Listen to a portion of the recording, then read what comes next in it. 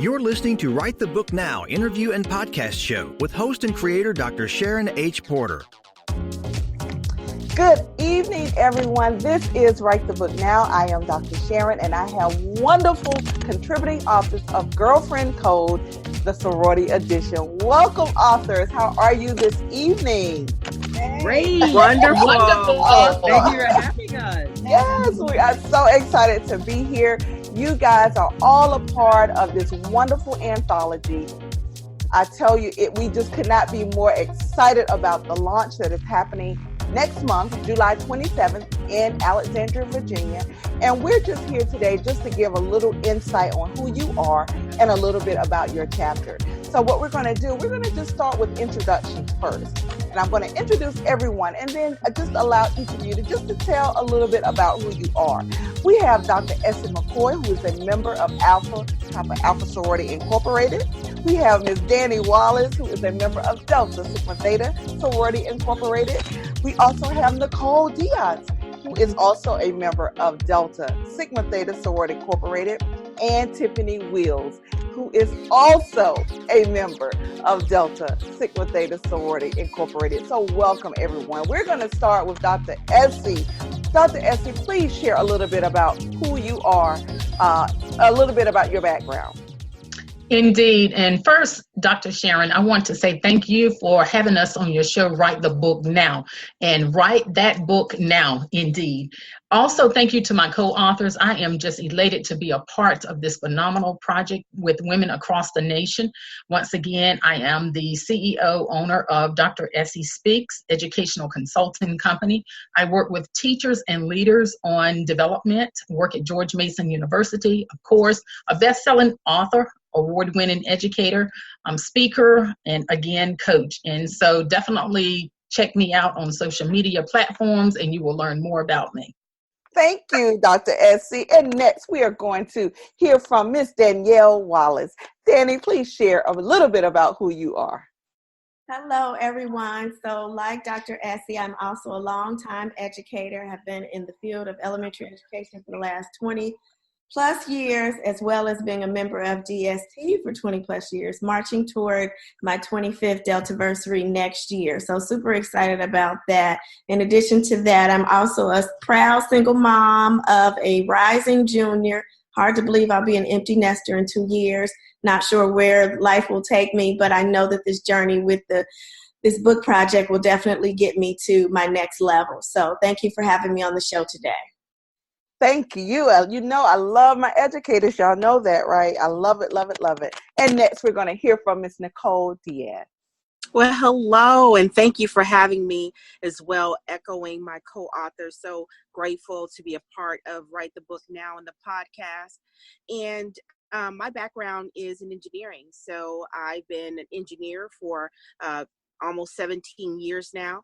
I have an MBA and I worked for Johnson & Johnson. I've been with them for 13 years. I spend most of my time volunteering, not only with the company, but really focused on STEM activities. So being a part of Delta Sigma Theta and working with our Betty Sabaz Delta Academy, enriching our girls in STEM activities has been a joy of working. I've worked on that in the past. I've been a member of Delta Sigma Theta Sorority Incorporated for 8 years, proud member, inducted or initiated in the Cincinnati Alumni chapter.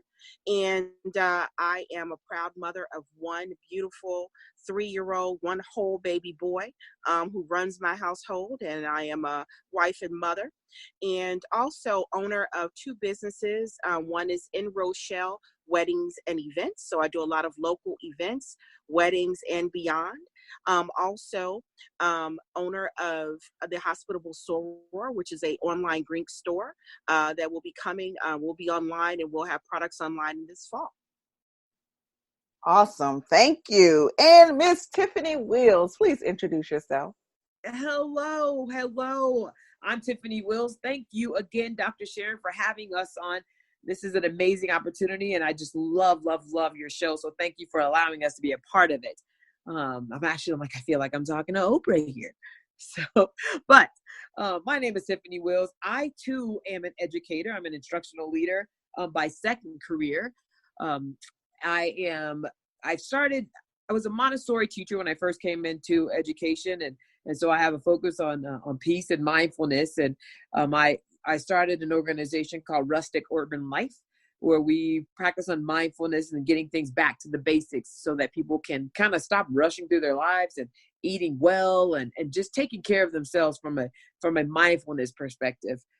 I go out and I speak to different corporations, because my first career was in corporate America, and then to schools and teachers and the like. So if you'd like to find me, you can find me on Twitter at Wills Tiffani. That's WILLSTIFFANI. And you can also find me on Instagram at rustic_urban life. Happy to be here today, Dr. Sharon. Thank you so much. And so we're going to dive in. I've had the opportunity to read your amazing stories, and I will just say to the audience that you definitely want to get this book. And so at the end, they will let you know how you can purchase the book from them. So I'm going to start with Dr. Essie. Dr. Essie, you are the enrichment code, and your title for your chapter was Level Up with Sisterhood. So my question, Dr. Essie, you started by talking about your blood sister, who is also your soror, and how you really had to embrace that, because I think she's actually younger than you are, but she actually came into the sisterhood before you did. Can you talk just a little bit about that? Indeed. Thank you so much. And my chapter is the enrichment code. And so I talk about my sister, who had asked me for 20 some years, because she's been in AKA for 25 plus years. And she definitely continued to ask me to join the organization. And I would always tell her that I was so busy doing other things, working on degrees, doing leadership programs, what have you. And then I had an opportunity to really sit down with her, and it was the right time in my life. So I actually joined at the graduate chapter level about 3 years ago. So I'm new to this sorority, but I'm really excited to continue to learn more. It was a journey for us, and you must read the book. You must read the chapter to learn even more about our relationship. It grew stronger because we are both, once again, blood sisters and also sorors together in the organization. And so definitely it is really intriguing to know that I was able to join with my sister. At the time, I was in the Alpha Psi Omega chapter in Wilmington, North Carolina. I am everywhere from Florida to DC to Maryland, Virginia. So right now, national chapter, but definitely I'm excited about what we did together and that process of learning from her.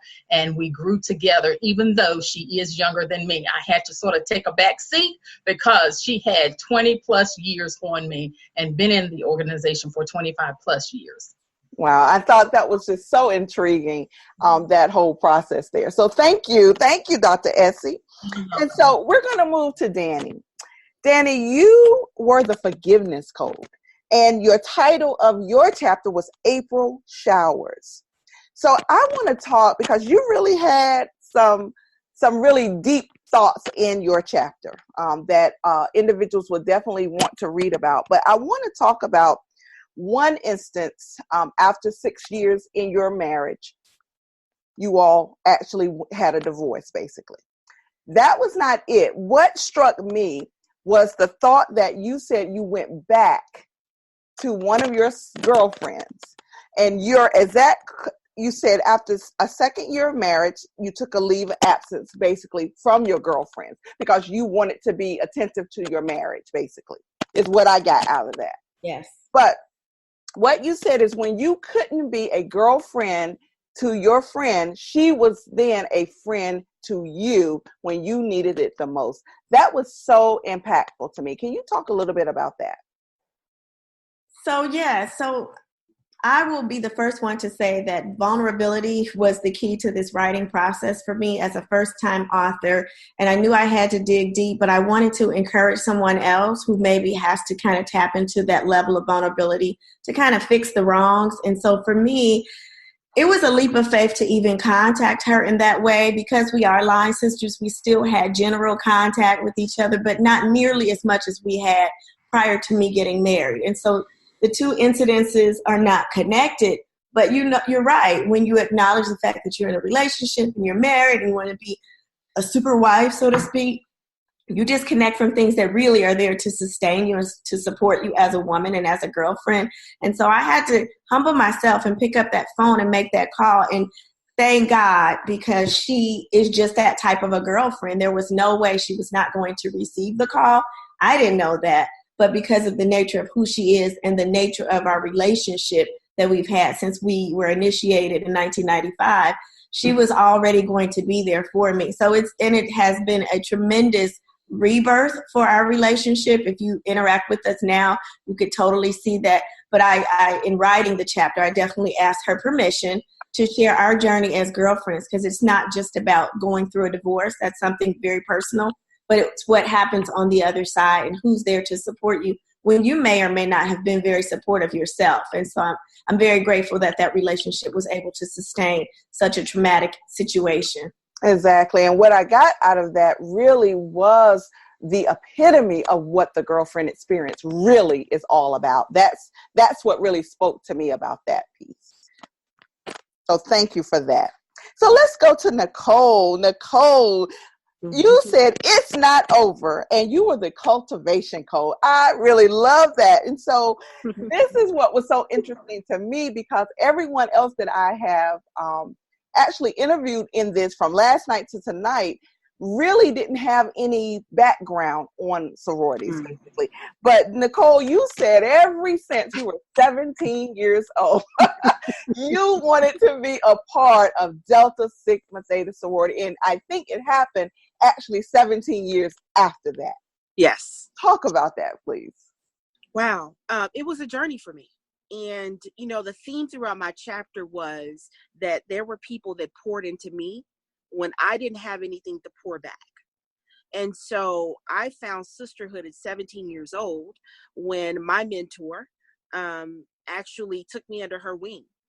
She was an engineering student at University of Illinois. She was a mechanical engineering student. She was a leader on campus. She was an RA. She was a member of Delta Sigma Theta, and she didn't know me at all, but she took me under her wing, and I thought, I can actually be an engineer. I can actually be successful. I can do this. And she gave me that confidence and poured into me and gave me what I needed to know that I could succeed. And so I decided to go to that school.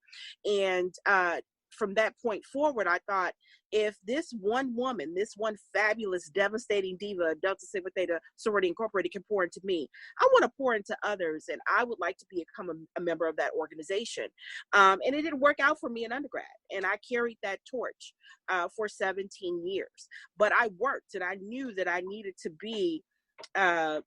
work hard to reach that pinnacle, which is what I was striving for. So I did the service. I did get the GPA. I got my education. I did perform well in my job. I was a high performer. And that's when I realized, you know what? I've done the work, and now it's time. So I pursued membership in Delta Sigma Theta, and praise God that I got the call. I love that. I love that, because you were persistent and you didn't let it go. That's what I love, because so many times when you don't pledge undergrad, people then, oftentimes life happens and you never get to do that. But you held on to it, and I love that. So thank you for that. Thank you. So we're going to go to Miss Tiffani Wills, gratitude and optimism. You were the support code, Tiffani. And what touched me about your chapter was the point of your initiation. You were actually going through a layoff from your job, and you really felt the support of individuals around you. Can you talk a little bit about that? Yes. So gratitude and optimism is something that is at the core of my existence. And it really is in everyone. It's just about how we bring that out. And like Danny talked about earlier with the vulnerability piece, we aren't really taught to be vulnerable. When we go through these cycles, I was laid off and I'm this superstar, right? I'm super mom, superstar, my job, I'm the person helping other people get their jobs. And then boom, the rug is pulled off from underneath me. And now I have to be vulnerable, because I have 2 mouths I have to feed. I'm a single mom. I'm living in this huge house. How am I going to pay for it? How is all this stuff going to work? And then, it clicked in me that you don't have to be the perfect person to share yourself with people with respect to your deep thoughts and your feelings and things that are happening to you, or even though you're used to helping other people, it's okay to let people help you. And that's not a bad thing. So I think the key thing, what got me through that that part of my life, was sorors poured into me, and almost it was like breaking open a door. And then once I let the sorors pour into me, while I was online, I wasn't actually their soror yet, but they were still pouring into me. And then my line sisters did the same thing. And then there were people from other Greek organizations, from AKAs and Sigma Gamma Rho, and then the men in our Pan-Hellenic organizations, from Omega to Alpha, Sigma. So that experience really stuck with me, especially throughout my Greek journey moving forward. For when that happened to me, I too joined Delta Sigma Theta as an adult 10 years ago, and I was an athlete in college. It wasn't a possibility for me, even though I had the desire to do that. It didn't work out. So when I did, and to be more than I could have ever dreamed with the support that I had, I was so grateful that these wonderful, amazing women and people decided to choose me to help me to be my best self. So when you have something like that, you can hit rock bottom. If you got a group of people around you that can pick you up and dust you off and push you on your way, what's not to be grateful for? Absolutely. So in that support, you really hit that the support piece was so critical. And I'm sure it helped you through a lot of challenging times, that Yes. support. So I absolutely love that. Thank you for sharing that. So Dr. Essie, we're going to come back to you. You said being an AKA has made you better in many regards. One of the things that I wanted to ask you, because you, as you stated, pledged or were initiated 3 years ago. How in those 3 years do you think it has made you a better person? So definitely, just being so close to my blood sister, she has shared a lot of information with me in terms of how you're supposed to, quote unquote, act as an AKA. So just learning the code language, or sometimes the hidden language of what you do when you're in a sorority, that has definitely helped me in many ways. Also just connecting to other women who are AKAs throughout the nation and having conversations with them. That sisterhood, that friendship, service to all mankind, definitely that is a core theme. Making a difference, giving back. So it aligned nicely with what I was already doing in the profession that I'm currently in. And once again, I served in public education for almost 30 years, and now I'm in higher education. So it gave me an opportunity to continue to connect to AKAs that I met across the nation, especially here in the DMV and other parts of the country. And I continue to, just reach out and give back and make a difference, because that's what it's really all about, making a difference. I would love it when we would do projects. We actually did a pillowcase project for girls in Africa. So you're talking about really making a profound impact. And any sorority, that is what it is all about, giving back, making a difference, and making that profound impact. Thank you so much. Danny, April Showers, I want to hear about the creation of this title. Oh my gosh. So the title really spawned from a long flight. I was going to see, I'm a principal, so I was going to San Diego for a conference. And, on a long flight, you can either sleep, watch a movie, or write. And I was like, this is it. This is my moment. Clear head, no distractions. So I am literally on the plane, and I was trying to frame this experience of when I really understood that I needed to be more forgiving of myself and the people around me, and then allowing other people to forgive me for my mistakes. And so I recognized that a lot of the things that had transpired negatively in my experience happened in a very short window of time in the month of April. But April was also very significant for me because I was initiated in April. my mother was born in April, and then this craziness with my now ex-husband happened in April. And so I'm like, okay, God, there is the title, because when it rained, it poured. But thank God for the blessing of the rainbow that comes after the storm, because that's really my testimony.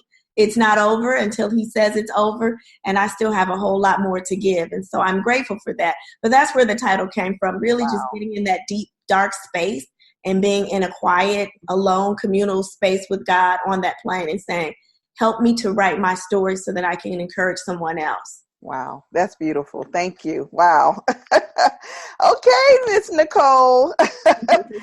Okay, you know what? This was really impactful to me. You said, do not limit your girlfriend relationships to one person, one line, one chapter, one state, or one organization. Mm-hmm. That is so true. That is so true. Mm-hmm. And sometimes we find ourselves doing that. Yes. So Nicole, please tell me, in your way, how has reaching out to other organizations, other individuals, non-Greek or individuals, how have that assisted you in your success? Oh my. Well, I can even say that I have some of my dearest friends are members of other organizations. Some of my closest friends are AKAs. And I've learned so much in our relationship, which has grown and more, whether I was before I was a Delta and even after. And I could say that knowing what I know now, right, that I had people that poured into me when I didn't have anything, really creates a different lens in how I see others. So it doesn't matter if they're Greek or not. When I see someone that needs help, I am more than willing to give them that extra hand. I'm not there to judge. I'm not there to question how you ended up where you are. I'm just here to help you get out of that rut. And so it did change my life perspective and gave me a different lens on how I help others and pour into those who don't have any. They can't pour back. They can't give you anything back but gratitude. If that, maybe they won't, but you know you've done your part to pour into them. I love that. That quote actually made me think of our visionary author. I interviewed her last night, and she said, you never know who your success is tied to, who your destiny is tied to. And that, your quote made me think of that. You know, so many times we live within a box and we don't extend ourselves to other things, other people, and we just can't live like that. And so I just really, that was a heartfelt quote, because people need to know that yes, we are Deltas, but that's not all that we know, and that's not all that we interact with. So absolutely. I love that. So thank you. Thank you. So Tiffani, we're coming back to you. I think it was in your last paragraph, simply stated, happiness is a choice. Talk about that, Tiffani. You are absolutely right, Dr. Sharon. Happiness is a choice. You have to be careful what you choose. You can choose. I had some of the lowest points of my life during that time when I was laid off. I had experienced it. You'll have to get the book to hear about some of these low points, and I don't want to give too much away, but I chose to be happy. I am not bitter by some of the things that happened to me, that people did to me or didn't do for me or reciprocated or anything like that, because of my choice to be happy. I have joy, and I'm so grateful for that. That I can't ask for anything else. I've been blessed so much, and I have such tremendous favor that I have to find a place to put my blessings. So for me, I have chosen to help others be happy and to see and help them identify ways that they can be happy and that they can choose to be happy. Because sometimes it's very easy for us to forget and to not acknowledge or even to bring to the surface the little simple things that make us happy. Oh, that's powerful. Powerful. So guys out there who are viewing and listening, you've got to get this book. The stories are just so impactful. All of the authors have just shared just a little bit about just a taste of what you can expect. Our launch is Saturday, July 27th at Courtyard Marriott in Alexandria, Virginia. I am going to ask each of the authors. I want to start with Tiffani to please share your contact information and where can individuals buy the book from you. You can find me on Facebook at Tiffani Wills. That's TiffaniWills, as in Sam. I have a link on there for pre-ordered hard copies where you can sign. You can also go to www.rusticurbanlife.com. Once again, that's www.rusticurbanlife.com. You can also send me a direct message on Twitter at Wills Tiffani or on Instagram at rustic_urban_life. I hope to hear from you soon. I love it. Thank you. Nicole, please share your information. All right. Well, I can also be reached on Facebook, you at Nicole Diaz. You can DM me there or send me a message. I'm also available on LinkedIn, also under Nicole Diaz. Also, I can be reached at nicole.diaz@yg-friday.com for any inquiries on book sales if you like a signed copy. Awesome. Danny, please share your information. Yes, so you can find me on Facebook, Dani Wallace, DANI, and on Twitter, Dani Wallace 17. You can also send me an email for a pre-order of the book, Danielle Wallace 17@gmail.com. Looking forward to connecting with all of you. Thank you, Dr. Sharon. Absolutely. Dr. Essie, please share your information. Yes, please go to my website, www.dressiespeaks.com. Also on Facebook, author Dr. Essie McKoy. On Instagram, McKoy2018. LinkedIn, Dr. Essie McKoy, and Twitter at @McKoy. And you can also send me an email at emmckoy@gmail.com. I love it. Guys, the authors, I tell you, this is just the second day. We have a whole nother day tomorrow, but today they have brought it. They have made me want to go deeper into the book to just share a little more about these wonderful stories and our girlfriend experiences through the eyes of our sororities. So I want to thank my guests today. We have Dr. Essie McKoy, Dani Wallace, Tiffani Wills, and Nicole Diaz. Ladies, I say thank you, and I can't wait to meet those of you who have not met on July 27th, Courtyard Marriott, Alexandria, Virginia. So we hope to see everyone there. Guys, another wonderful episode of Write the Book Now. Definitely purchase the book from one of these individuals. And as always, if there's a book inside of you, don't wait. Write the book now.